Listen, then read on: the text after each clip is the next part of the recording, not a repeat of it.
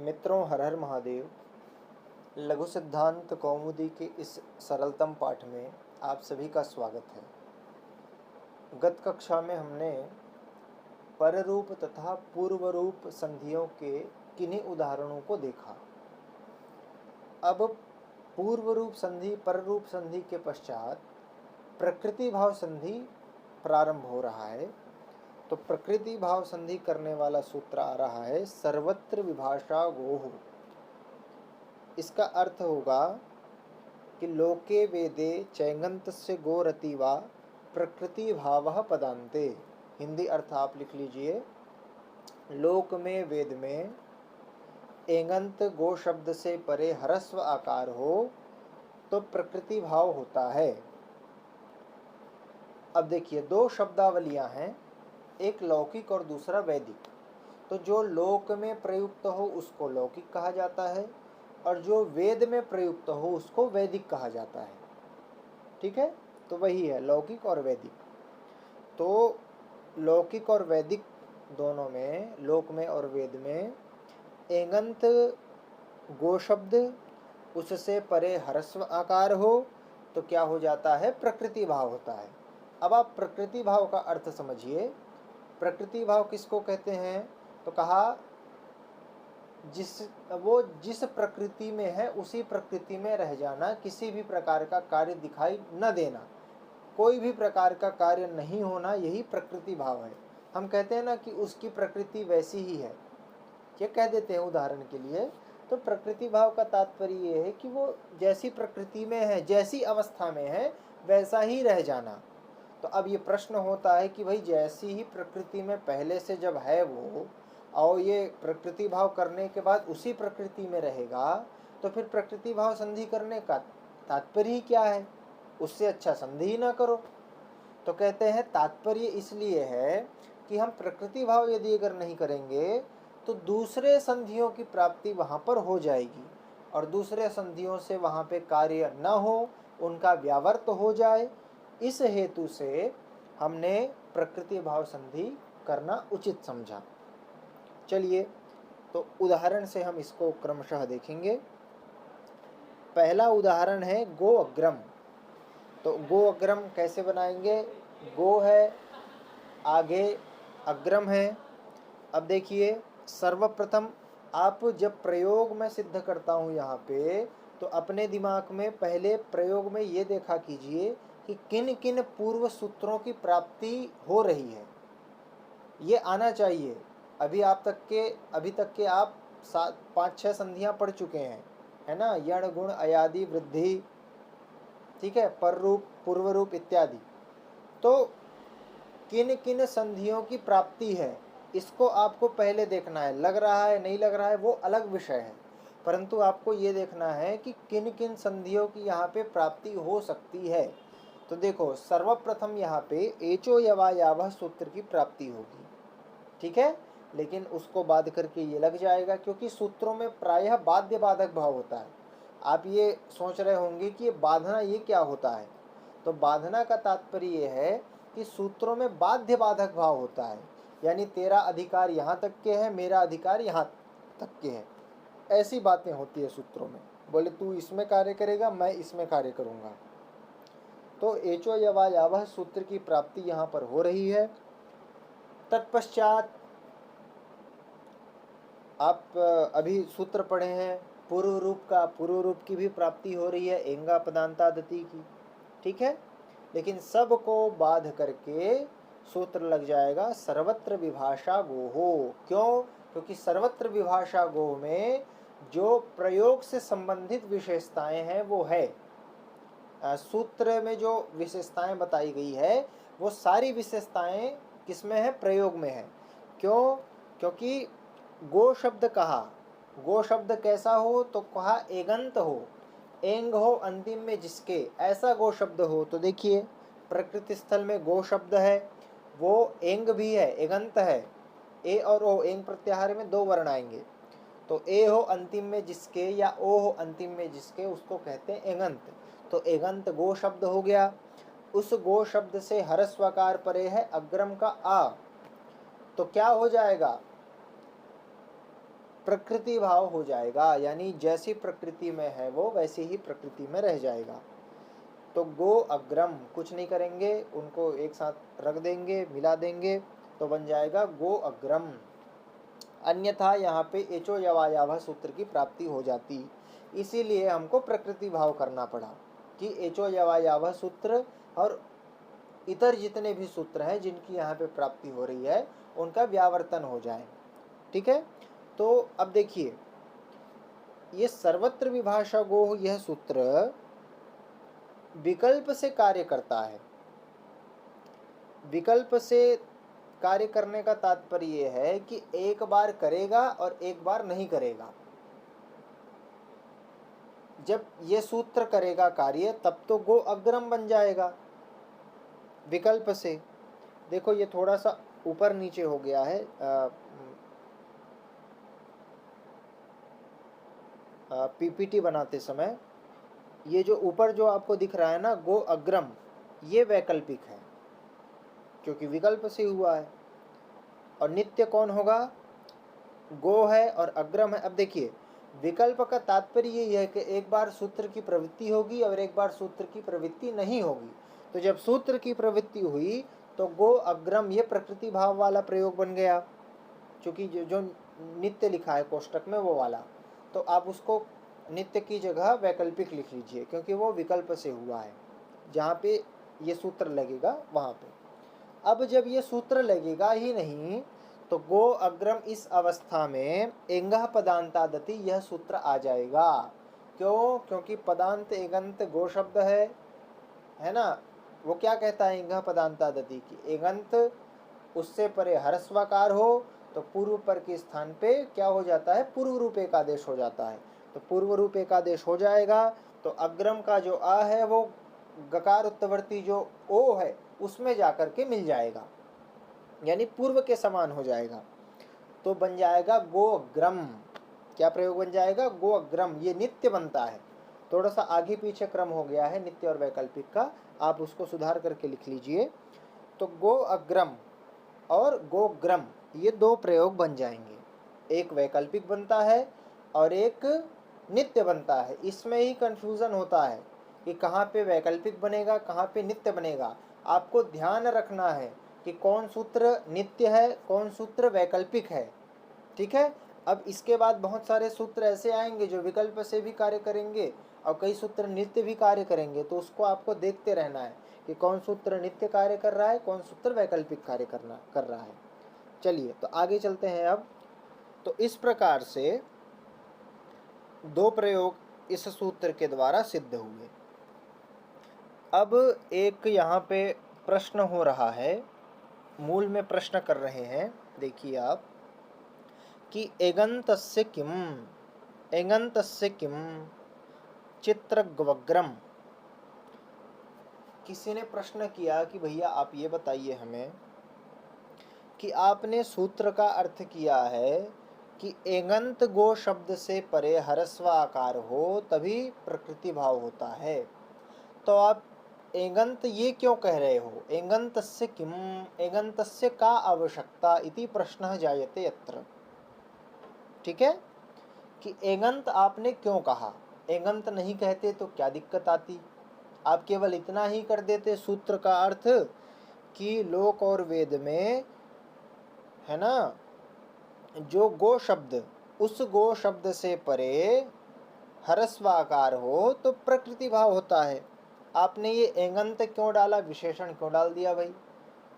ये प्रश्न होता है। तो कहते हैं यदि अगर एगंत नहीं रखते तो एक प्रयोग बनता है चित्रग्वग्रम।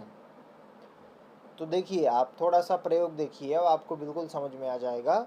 चित्रगु अग्रे अग्रम, ठीक है, ये इसका संधि विच्छेद होगा। तो अब यहाँ पर देखिए आप बोल रहे हो कि एगंत नहीं रखो, एगंत रखोगे नहीं रखोगे तो क्या समस्या आएगी? तो समस्या ये आएगी कि चित्रग्वक्रम में, अब देखो सूत्र का अर्थ क्या हो रहा है, बहुत ध्यान से समझिएगा इस विषय को, यही थोड़ा सा समझने में समस्या जाती है। आप थोड़ा सा अच्छे से इसको ध्यान से समझिए तो समझ में आपको आ जाएगा कि हमने, अब देखिए सूत्र का अर्थ केवल इतना ही कर दिया कि, है ना, लोक और वेद में गो शब्द से परे ह्रस्वाकार हो तो क्या होता है, प्रकृति भाव होता है। अभी एगंत को काट दिया, आप कह रहे हो कि एगंत को मत रखो, तो चलिए हमने आपकी बात को कुछ समय के लिए मान लिया और एगंत को नहीं रखा। तो एगंत नहीं रखने से क्या दोष होगा कि चित्रगु प्लस अग्रम, इस अवस्था में चित्रगु में जो ग है ना, गु दिखाई दे रहा है वो गो शब्द है, और उस गो शब्द से परे अग्रम का ह्रस्वाकार भी है, तो यहाँ पर भी प्रकृति भाव संधि होने लग जाती। क्योंकि अब सूत्र का अर्थ क्या हो रहा है, गो शब्द से ह्रस्वाकार परे हो तो प्रकृति भाव होता है। तो चित्रगु अग्रम में चित्रगु यहाँ पर गो शब्द नहीं है, क्या है, गो शब्द। तो जब गो शब्द है तो ह्रस्वाकार परे है तो प्रकृति भाव हो जाएगा। लेकिन हमको ये इष्ट नहीं है, यहाँ पे प्रकृति भाव न हो, इसके लिए हमने सूत्र के अर्थ में एगंत पद डाल दिया। अब एगंत पद डाल देंगे तो ये चित्रगु का जो गो है वो गो शब्द तो है लेकिन एगंत नहीं है, ए और ओ उसके अंत में है क्या, नहीं है, तो इसलिए प्रकृति भाव नहीं होगा, वहां पे इको यणची से यण हो जाएगा, तो प्रयोग बन जाएगा चित्रगवग्रम। ठीक है। फिर एक प्रश्न कर रहे हैं कि ठीक है, एगंत का आपने बता दिया, अब ये बताइए कि पदांत क्यों कहा। ठीक है,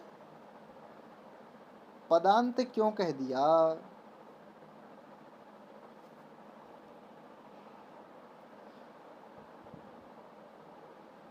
कहा था ना कि पदांत हो एगंत हो उसी गो शब्द से परे ह्रस्वाकार, यदि अगर उस ह्रस्वाकार परे होगा गो शब्द से तो प्रकृति भाव होगा। तो कहते हैं, बोले पदांत को आप हटा दो, पदांत रखने की कोई आवश्यकता नहीं है। बोले क्यों, तो कहा कि पदांत हम इसलिए नहीं हटा सकते क्योंकि पदांत हटा देंगे तो एक जगह और दोष आ जाएगा। कहाँ पे, तो कहा गो हो, गो हो इस शब्द में दोष आ जाएगा। कैसे, देखिए, गो और गसी, ठीक है, तो गो शब्द से चतुर्थी विभक्ति एक वचन में गसी प्रत्यय आता है और पंचमी विभक्ति एक वचन में गस प्रत्यय आता है। तो आप इसको चाहे पंचमी अंत मान लो, चाहे चतुर्थी विभक्ति का रूप मान लो, जो आपको मानना है वो मान लो। तो गो शब्द से गसी प्रत्यय लेकर के हम आ गए। ठीक है, और गो शब्द से घसी प्रत्यय हम लेकर के आ जाएंगे तो क्या होगा, अब गो है और अस है, क्योंकि ग की तो इत संज्ञा हो जाती है लशक को तद्धिते से, तो अस बचता है, तो गो अस। अब यदि अगर सूत्र में पदांत नहीं कहते तो ये जो गो और अस इस अवस्था में जो आपको दिखाई दे रहा है वो पदांत नहीं है।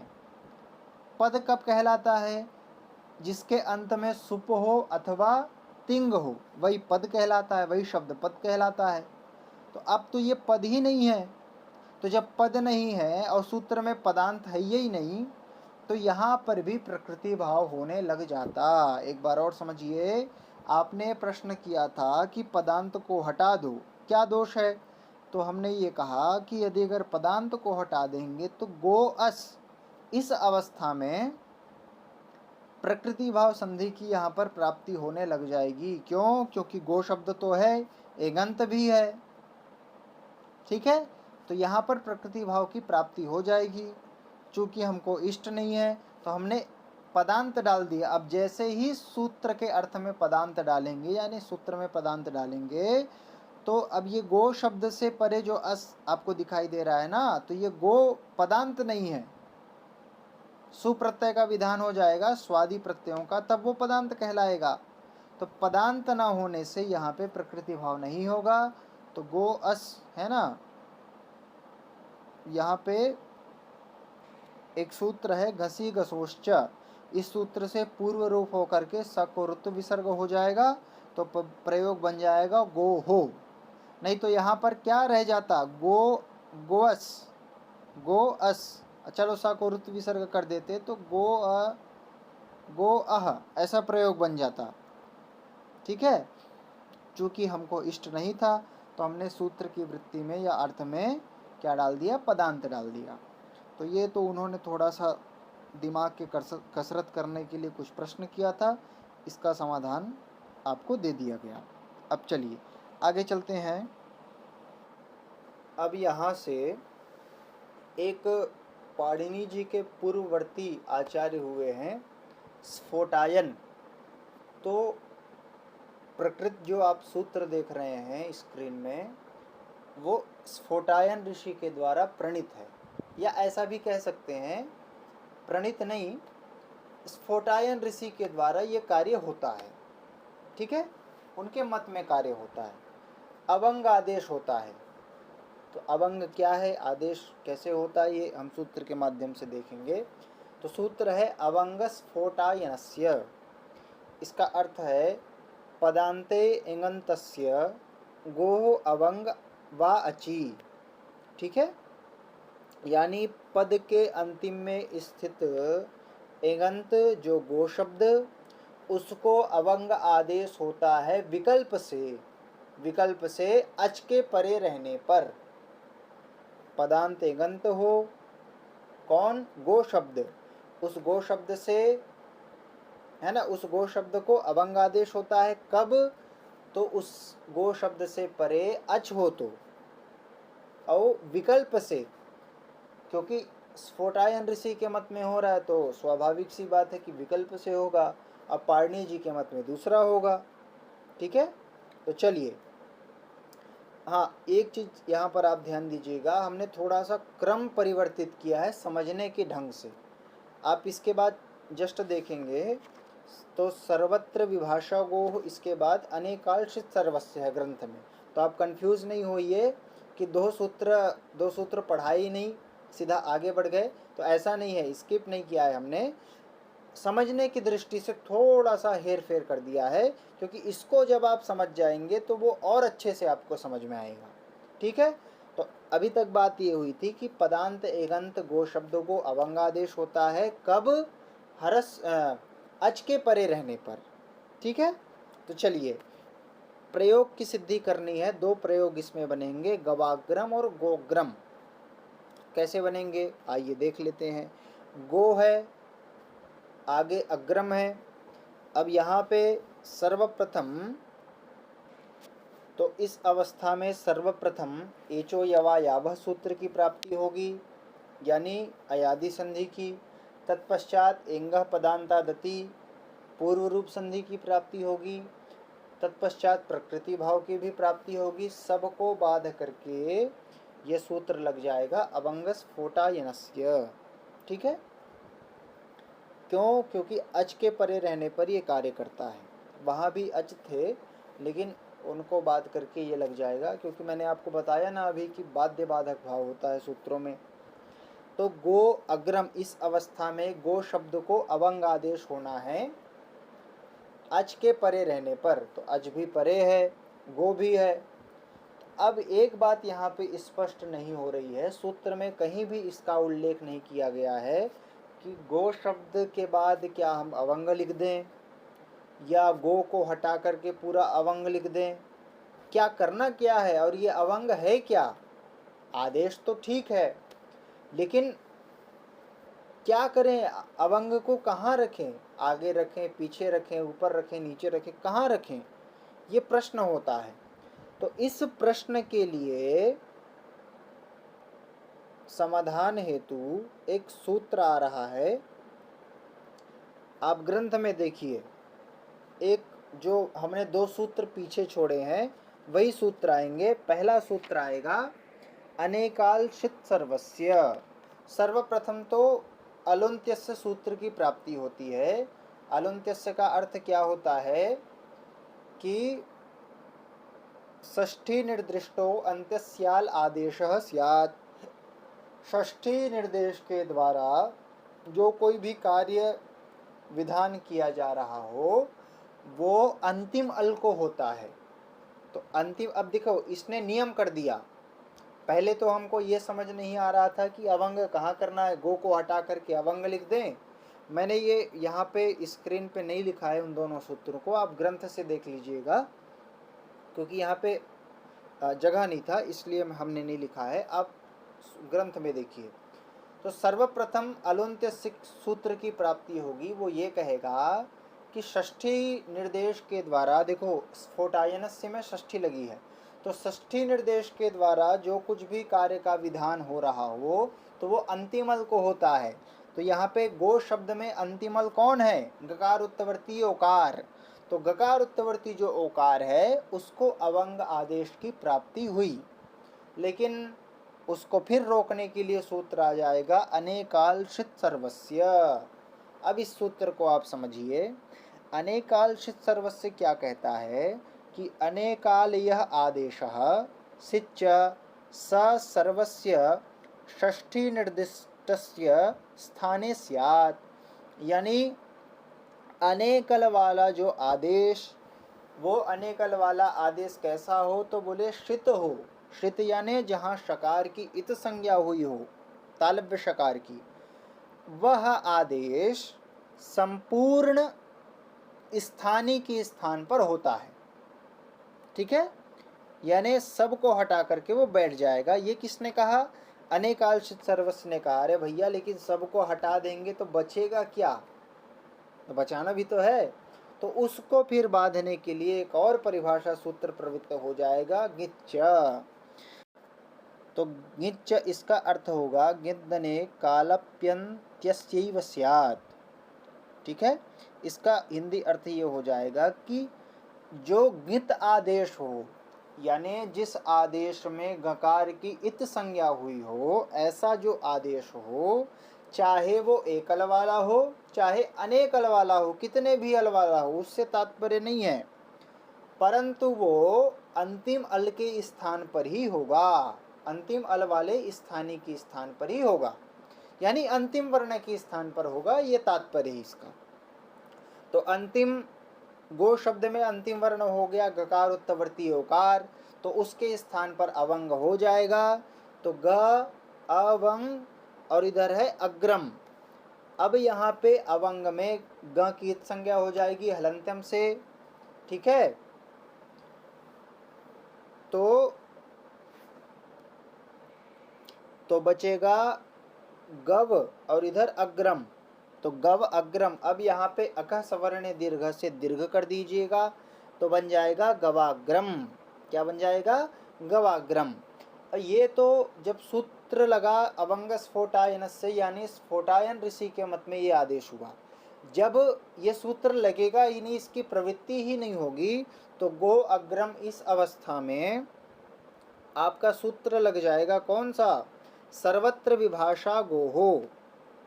उससे एंगा एंगा पदांतादति लगा लीजिए, क्योंकि जब वैकल्पिक कार्य हो रहा था तो सबको वैकल्पिक ने बांध लिया था, बोले अभी हम पहले कार्य कर रहे हैं, फिर आप जब आ जाना तब आ जाना।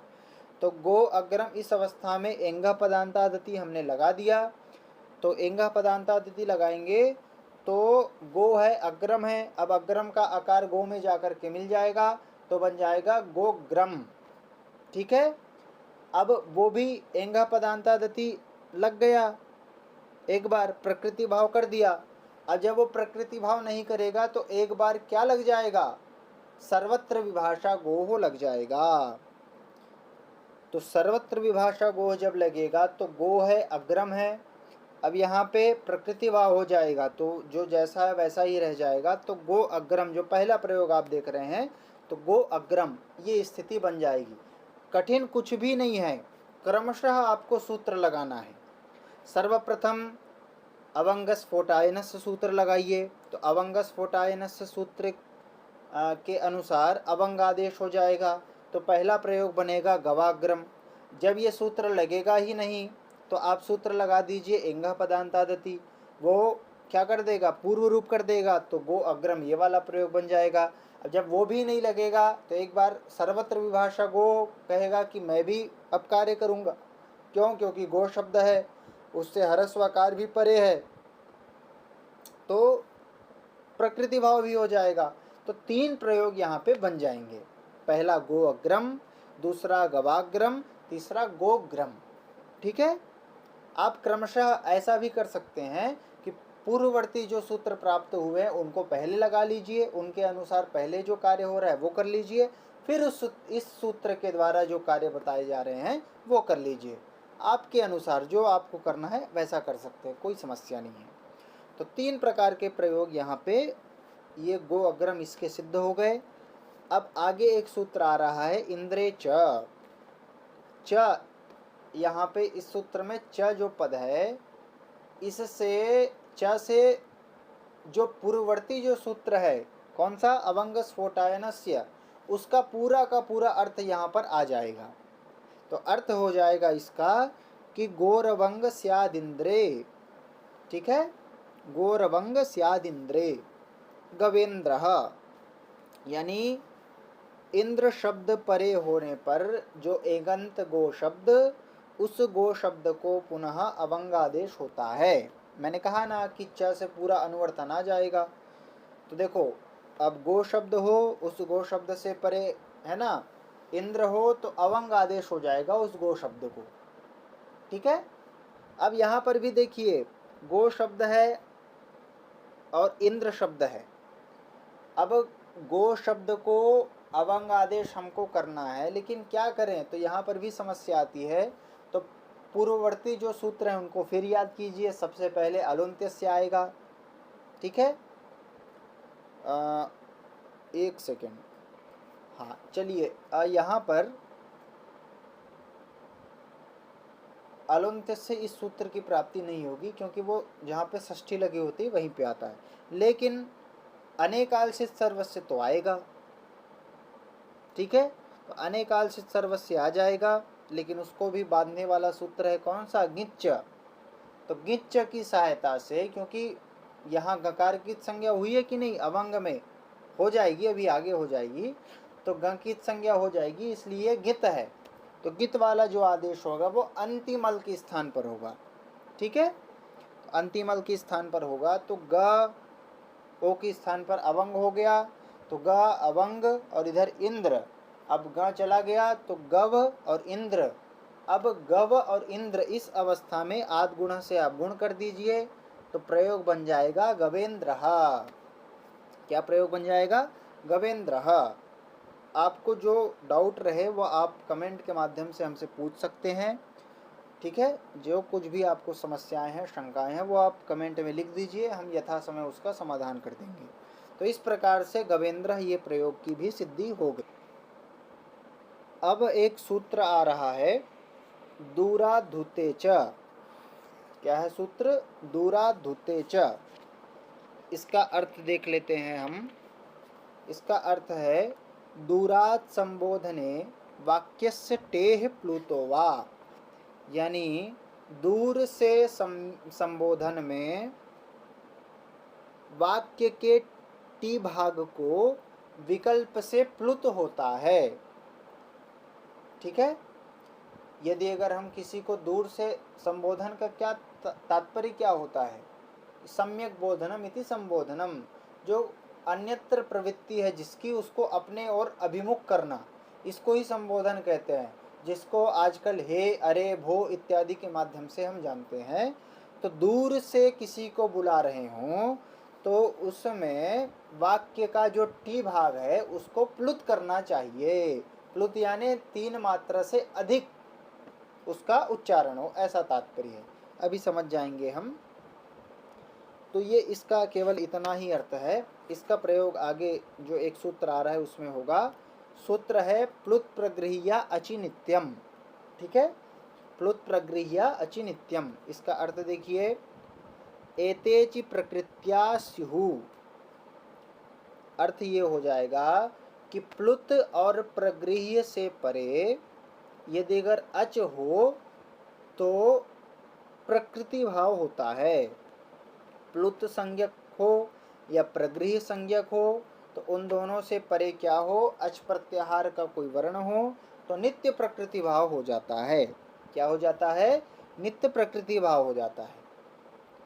अब ये प्रगृह्य क्या है, ये अभी आपको, इसको आप स्किप कीजिए क्योंकि इसका विषय आगे आएगा।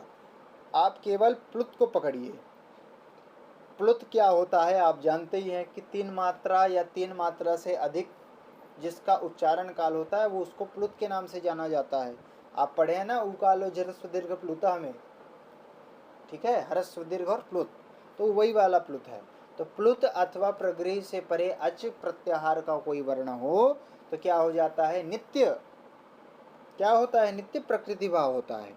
ठीक है, तो एक वाक्य है, आप देख रहे हैं जैसा कि आगच्छ कृष्ण अत्र गौश्चरति, इस वाक्य में देखो ये संबोधन का वाक्य है।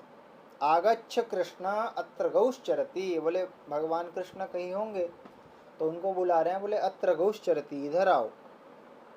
तो दूर से संबोधन हो रहा है कि नहीं हो रहा है? तो जब दूर से संबोधन होता है तो सूत्र लग जाता है दूराधूते च। दूर से संबोधन में वाक्य का जो टी भाग है उसको प्लुत करना चाहिए। तो सर्वप्रथम इसमें देखना पड़ेगा कि टी भाग कौन सा है। अब आप याद कीजिए टी संज्ञा करने वाला सूत्र कौन सा है, तो अचोन्त्यादि टी, इसके द्वारा टी संज्ञा होती है। ठीक है, वो क्या कहता है कि अचों के मध्य में जो अंतिम अच वह आदि में है जिसके ऐसे पूरे समुदाय की टी संज्ञा होती है। तो देखो अब इस वाक्य का जो आगच्छ कृष्ण अत्र गौश्चरति, ये जो वाक्य है इसका दो भेद हम कर रहे हैं, विभाग कर रहे हैं। आगच्छ कृष्ण पहला भाग हुआ, अत्र गौश्चरति दूसरा भाग हुआ। अब आगच्छ कृष्ण में आप देखिए, मुख्य रूप से कृष्ण में आप देखिए कि कितने अच हैं। तो कृष्ण में एक ककार उत्तवर्ती री, ये एक अच हुआ, दूसरा नकार उत्तवर्ती अकार दूसरा अच हुआ। तो अचों के दो अच हैं, तो अचों के मध्य में अंतिम अच हो गया नकार उत्तवर्ती अकार। वह किसके आदि में है? स्वयं के आदि में है, जैसा कि हमने पहले पढ़ा था। तो स्वयं के आदि में है तो उसकी टी संज्ञा हो जाएगी। ठीक है, टी संज्ञा हमने कर दिया, क्योंकि टी कहना चाहिए, ऐसा कौन ने कहा? दूराधूते इस सूत्र ने कह दिया, तो हम उसको टी कर दिए। और टी करेंगे तो क्या होगा? ठीक है, मतलब टी संज्ञा हो गई इसकी, किसकी? णकार उत्तवर्ती अकार की। अब टी संज्ञा हो जाएगी तो अब पर रूप नहीं कीजिएगा, क्योंकि ये शकंधवादिशु में नहीं आता है। नहीं तो आप चलें कि पर रूप कर दिया जाए, पर रूप नहीं करना है कि, क्योंकि वहाँ पे एक वार्तिक आया था ना, शकंधवादिशु पर रूपम वाच्यम, शकंधवादी में जो पठित हैं उनको ही पर रूप करना है। हर जगह टी संज्ञा का अर्थ ये नहीं होता है कि पर रूप ही होगा, यहाँ टी संज्ञा का अलग फल है। टी संज्ञा का फल ये है कि टी संज्ञा करने के पश्चात उसको विकल्प से क्या हो जाता है? प्लुत हो जाता है। ठीक है, उसको क्या हो जाता है? प्लुत हो जाता है। तो कृष्ण यहाँ पर नकार उत्तवर्ती आकार को हमने प्लुत कर दिया, तो उसके बाद देखो 3 निशान लगा है, तो उसका तात्पर्य यह है कि वो प्लुत हो गया। ठीक है, अब प्लुत होने के पश्चात अब सूत्र आएगा, जब प्लुत हो जाएगा तो प्लुत प्रगृह्य अचिनित्यम। प्लुत और प्रगृह्य से यदि अगर अच प्रत्याहार का वर्ण हो तो नित्य प्रकृति भाव होता है। ठीक है, तो प्लुत संज्ञा हमने किसकी की? नकार उत्तवर्ती आकार की। उससे परे अत्र का आकार अच में आता है, तो प्रकृति भाव यानी कोई भी कार्य नहीं होगा, जो जैसा है वैसा रह जाएगा। अच्छा, आप फिर प्रश्न करेंगे कि प्रकृति भाव करने का यहाँ पे क्या आशय है? तो प्रकृति भाव नहीं करते तो कृष्ण अत्र यहाँ पे अकः सवर्णे दीर्घ से दीर्घ हो जाता और प्रयोग बन जाता कृष्णात्र, जो कि अभिष्ट नहीं है, इष्ट नहीं है। इसलिए हमने पहले टी संज्ञा कर लिए, टी संज्ञा करने के बाद प्लुत कर दिया, और प्लुत करने के बाद प्रकृति भाव कर दिया। किस सूत्र से प्रकृति भाव किया? तो आप कहिएगा प्लुत प्रगृह्य अचिनित्यम, इस सूत्र से। ठीक है, चलिए तो अब प्रगृह्य संज्ञा का फल बताने जा रहे हैं, क्योंकि प्लुत प्रगृह्य अचिनित्यम इस सूत्र में दो बातें आई थी, पहला प्लुत दूसरा प्रगृह्य। तो प्लुत का फल तो उन्होंने दे दिया, आगच्छ कृष्ण अत्र गौश्चरति इत्यादि प्रयोग के माध्यम से। अब प्रगृह्य संज्ञा किसकी होती है पहले ये बताएंगे। तो प्रगृह्य संज्ञा करने वाला आपके समक्ष सूत्र आपको दिखाई दे रहा है, ईदुदे द्विवचनम प्रगृह्यम।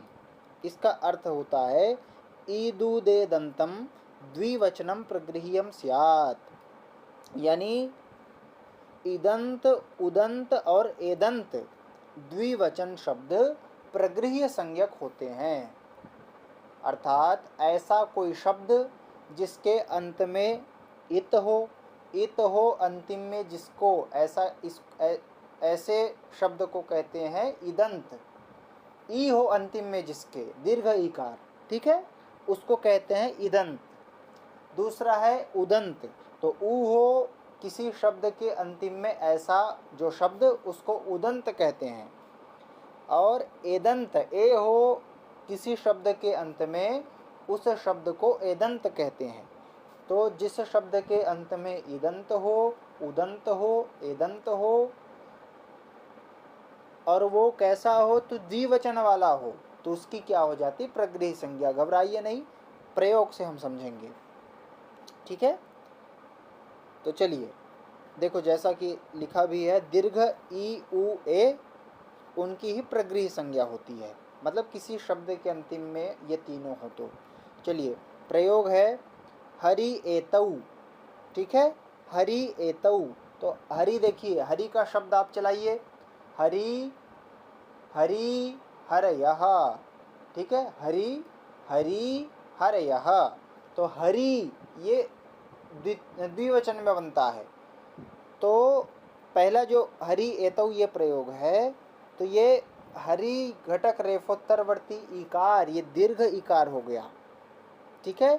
तो ई अंतिम में है इसके। अच्छा, हरि जो है वो द्विवचन वाला भी है।